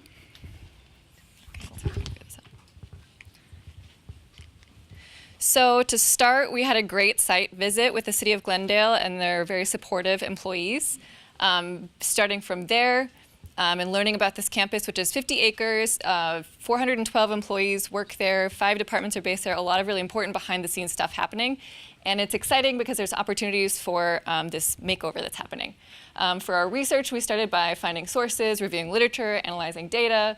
We identified cities that had promising examples for the City of Glendale, and then we interviewed experts at these cities. Our results were best practices on our topics, and then also return on investment potential. My topic specifically was sustainable landscaping. For this, I had to create kind of a synthesis definition to work off of. So the one I came up with is a landscape that requires minimal capital inputs, prioritizes native plants, provides increased levels of carbon storage, supports local ecosystem functions, and over in time improves human health and quality of life. Based on my research, I found 2 categories of best practices. One was on the ground. This is actually a City of Glendale community center that demonstrates 2 of these. Passive rainwater management, which is water conservation, as well as diversity of native and climate-adapted plants. Another best practice is low impact development, which helps mitigate stormwater runoff and address pollution in stormwater runoff. Another is the use of shade to mitigate urban heating, which is an increasing issue in the Phoenix area. Also integrated pest management and the reuse of on-site materials. And finally, an on-the-horizon best practice, which is green roofs and facades. My next category of best practices were actions. This is Burbank, California Power and Water Eco Campus that demonstrates these 3: strategic maintenance, making sure maintenance matches the landscaping, partnerships with outside organizations, for example, in Arizona, that could be the Watershed Management Group, and then demonstration projects. So this is a demonstration project, street side, of 5 types of low impact development. Demonstration projects can also help you get grant funds. Did a return on investment based on a scenario of 1 acre of sustainable landscaping on the campus. Based on that, Glendale could see a 14.8% return on investment in 5 years. This includes productivity gains and reduced turnover of employees. It does not include things like improved water quality and improved air quality, which are important benefits that are hard to quantify. I do recommend Glendale conduct its own return on investment if it does decide to move forward on this, because I'm not a professional landscaper. And then there were, again, 2 categories of recommendations. The first is more overarching, which you'll see with my other classmates. One is a vision. So what is Glendale's vision of a sustainable landscape based on its goals, its context, its needs? Another is to identify a leader. So without an advocate who has support getting this going, it's not going to go anywhere. Also consider incorporating leadership from the 4 departments on the campus that do engage with landscaping. Finally, phase implementation. This doesn't all have to happen at once. Take some examples and test those out. So one option might be trying a few low impact development practices on the campus so employees can learn from that, see what works, see what's best for Glendale, or maybe a pesticide-free park to see if there's community support for this and what would work best in Glendale's context again. In terms of specific recommendations for the campus, this is back to Burbank's Power and Water Eco Campus that demonstrates a couple of these. One is the reuse of a super trellis on site. So you can reuse on-site materials to create something that's beneficial for employees. Other recommendations are to identify environmental resources and context on the campus. So where is water falling from the roof? Where are underused parking spaces that can be turned into landscaping? Where would landscaping benefit employees? Employees spend time outside and it's hot. How can you set up something that would benefit them? Review maintenance practices, so make sure it matches the area. Maybe add bioswales around the drains that lead to the water retention basin, or nearby low-impact development to help mitigate the runoff coming from those large city vehicles. Also, view that water retention basin as an opportunity for the community. So it's already low-impact development. It can host sustainable landscaping practices. It can be a test site, and it can also be seen as a welcome site for the low-income community that does surround the campus. And from there, I'm going to pass it on. There you go. Hello, everyone. I'm Hasini Delvin, and I will be presenting on sustainable purchasing. This research was carried out by Chantel Wyke and myself. So since we are going to be focusing on the business case for sustainable purchasing for the City of Glendale, let me introduce you what the financial power of sustainable purchasing.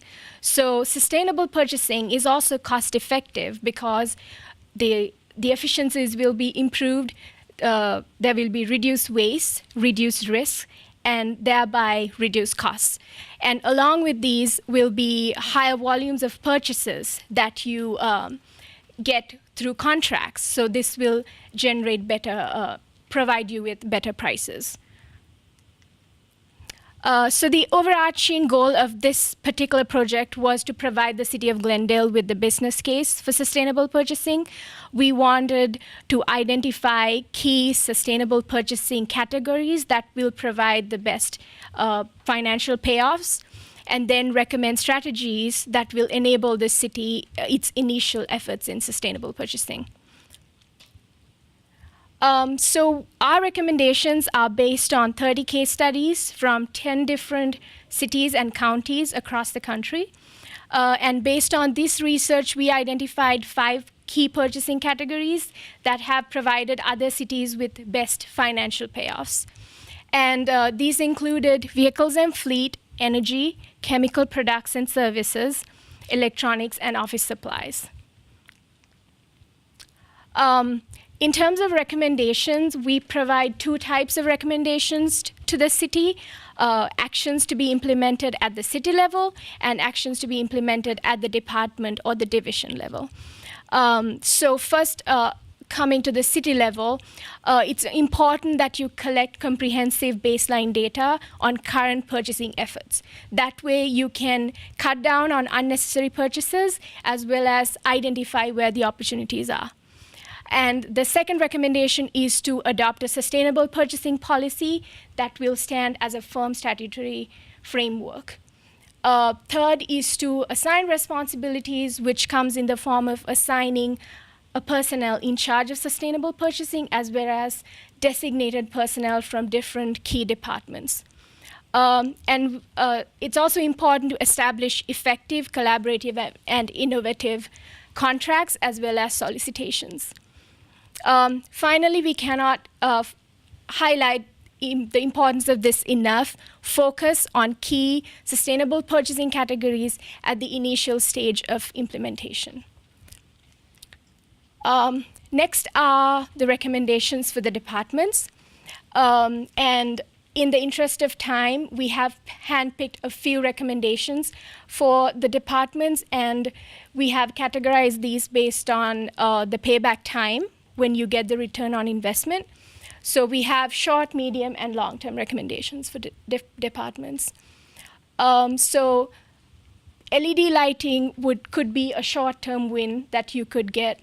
And an example for a medium-term win would be 100% post-consumer recycled paper.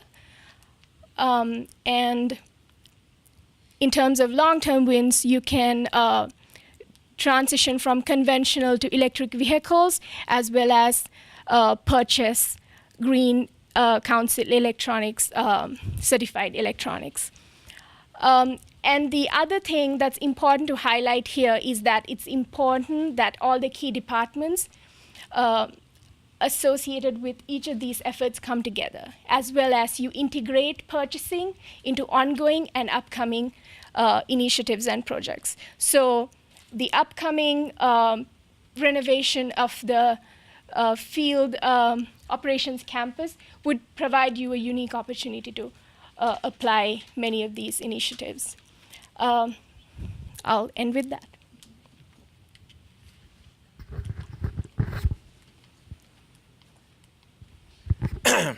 I'm David Alexander, a Master's of Public Policy student, and Soraya and I were charged with looking into green building standards for the renovation project. Just philosophically, I think Glendale should look at it as a crawl, walk, run. When you look at all these building standards out there, there's many out there, the 2 top, and we talk to local experts and national experts, the 2 top programs are LEED and the Living Building Challenge. LEED, we can get onto that offline, it's very complicated. We're in a LEED silver building here right now. It's a very commonly used green building program. Living Building Challenge is actually the ultimate top that you can get. It's so intricate that you would have a energy neutral building where you would have solar panels, where your electricity that you save, you're selling back to the grid. It's really, really top notch. There's only about 300 buildings like that in the United States. None of them are municipal at all. But I think Glendale should look at that as an ultimate goal. Use this renovation project as a way to get to that goal, to be one of the first municipalities that gets to a Living Building Challenge building. So even if the renovation project only has one LEED certified building, that's a start. That's crawl, you're learning, you're getting your knowledge base to walk, to run. If you have more LEED buildings, obviously that would be great, but just to start, to get momentum. Look at it even as a football game. Scoring the touchdown is getting a Living Building Challenge building. You're not going to get that in a Hail Mary pass. It's going to be intricate, a slow drive. So just pound by pound, get down there and learn in that fashion. Okay, so this is just an example of where Glendale can go. This is a construction building, a company in Phoenix, and they are LEED Platinum certified, and they're also Living Building Challenge Net Zero Energy. So you can see that they have no closet offices, a lot of informal places to meet. They use a lot of natural light, and they produce and sell energy. So they're already in the top level of sustainability in construction. That's like the goal that Glendale can reach for. Now, the one issue with LEED is the fact that your initial investment is higher than a traditional building. And obviously with government being in scarce resources, that's something that at the onset is a hard sell maybe to a community. But if you look at it holistically, a LEED certified building is going to save you money in the long run. Why? Because LEED buildings save you on electricity usage and water consumption costs. The city of Nashville, and just before I get to that, a typical LEED building costs 4% to 12% higher than traditional building. Your basic certified building's at 4%. Your LEED Platinum is at 12.5% higher than traditional building. But don't worry about that, because over the complete life cycle of the building, you will save money from your water bills and your electric bill that will pay off that initial investment. The city of Nashville, which I would recommend you to look into, they're doing great work with LEED certified buildings. They save between $300,000 to $700,000 per year on their energy and water bill because they have LEED buildings. Just trying to break this off in a model, these are the 3 most recent buildings that the city of Nashville have constructed that are LEED certified. Fire Station 19 costs $4.8 million. If you go on a conservative model, yes, it would take 10 years to pay off from the savings you're gleaning from your energy and water costs. If on a basic 4%, it's 3 years. In reality, this is probably a LEED gold building, so it's in between there. Between 3 and 10 years, you'd be able to pay off your initial increased investment costs. But once you reach that point, you're operating this building at a savings. So if you look at the complete life cycle of the actual building, 25, 30-year life cycle of a building, it's cheaper than actually a non-LEED certified building. You just have to look at the long game. The final thing I'll mention here is the numbers for the Belleville Library are a little off because they're not able at that facility to track their water consumption. So that's just from electric savings. Water consumption, I mentioned that, is very considerable. In all our studies, we learned that you save a heck of a lot more money on water than anything. And with Arizona having water issues, with the Valley having water issues, I think that's a good selling point to the community that these buildings are incredibly water efficient. So our recommendations for Glendale, okay, it's first to do some implementation steps to change your culture internally. You should improve your internal communication. This is based on every city that we search on. They passed a sustainability ordinance to promote sustainable principles in construction in the whole city. They created a team, they recognize efforts, so that's to establish your culture. This is also steps to implement most of sustainability principles that you want to apply in your city. You can change, okay. So this is the recommendations for processes. The major step here is to start monitor the use of resources. We are aware that right now Glendale is not capable of doing that, but this is like a basic sustainability principle to do whatever you want to do right now. So you have to start monitor the use of resources, how much you spend on energy and water, and maintaining the building, which building that you're going to reconstruct. Even if you're not going to apply for a LEED certification, you right now, you could follow the lead guidance to create your own ordinance, to create your own guide for your future projects.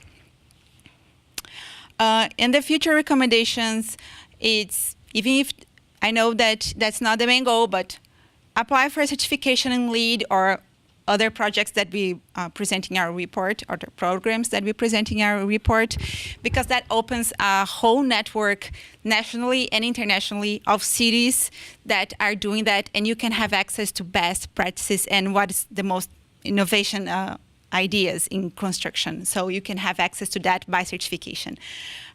You can also, after that, finally follow Living Building Challenge guidance to improve your local regulation and go that step forward and go to the final and reach the final goal that City of Glendale is looking for.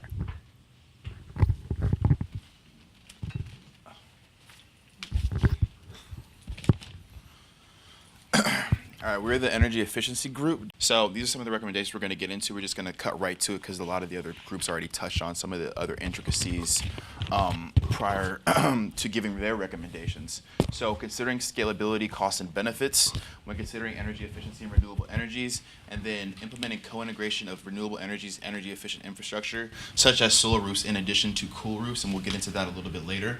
And then also implementing a solar carport infrastructure, which could be really good for the rebuilding of the Glendale structure.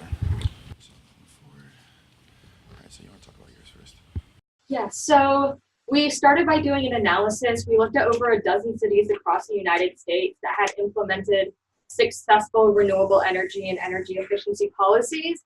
We have two examples here. The first one is in Cleveland, who actually installed a solar turbine and a solar panel demonstration at their art museum.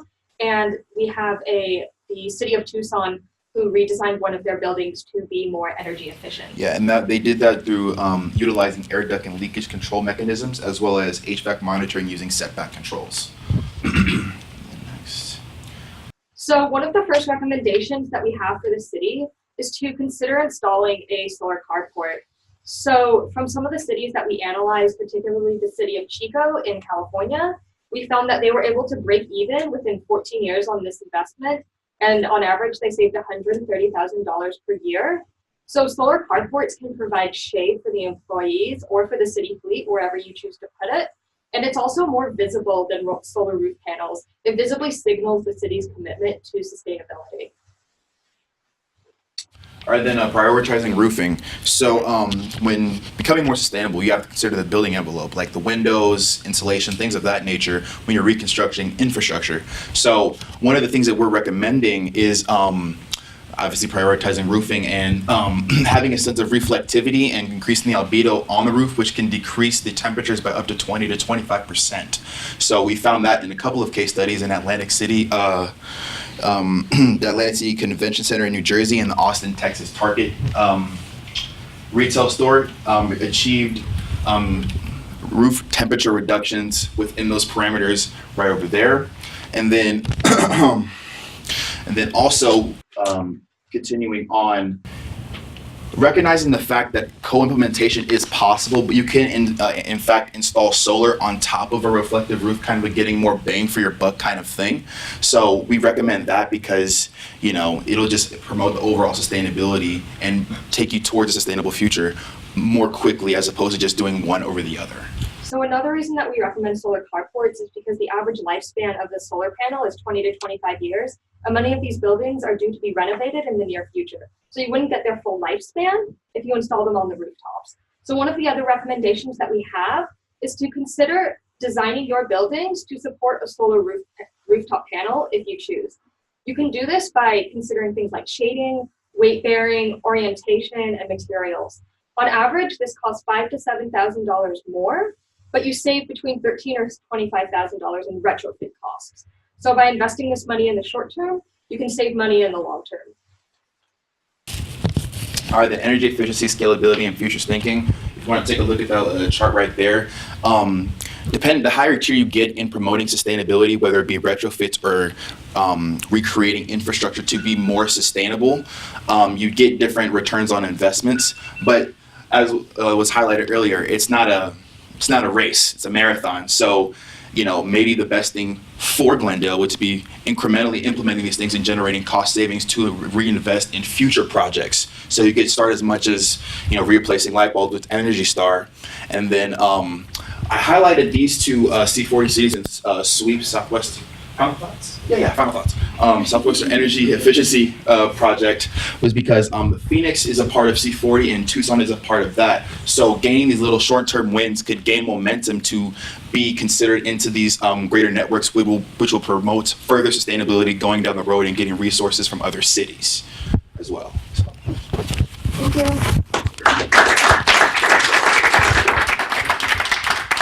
Great job, everyone. I'm just going to keep my closing remarks extremely brief and say that we are very excited for the spring semester. We'll be working on a fleet management and transition plan. We will be working on a chemical storage tanks project. And there's potential. I was searching my email. I couldn't find the update on the flooding project. Is that still on the table? Yeah. Cool, so we've got two really awesome projects coming up for spring semester. I want to thank everyone from the City of Glendale again for taking time out of your busy days, for our faculty, for our students. And Kevin or Bart, would either of you like to deliver a few final remarks? Chief? Well, again, on behalf of the city, thank you so much. This was outstanding, and again, this is a partnership we're just thrilled to get. And likewise, thank you on behalf of the council and all of our residents. As a fairly recent graduate school student myself, I enjoyed being on the other side of these types of presentations and know what you've gone through. Lots of good hard work and lots of good ideas in there for us. So thanks again. Good luck. Excellent. Cool. Well, we have a little bit of time left. We'd love to have the students and faculty go back to your posters. And I know that lots of thoughts were probably brewing in those last couple of presentations, and we ran out of time for questions, so this is a great opportunity for that. Just the last thing one exciting update too is we just closed our RFP for the next cycle, and we have 4 cities that applied. This next year, so that's exciting too. We've loved working with Glendale, and we'd love to continue the partnership too, even beyond this first year, as we work with another community partner as well. So with that, I want to say thank you, everybody, and let's go hit those posters.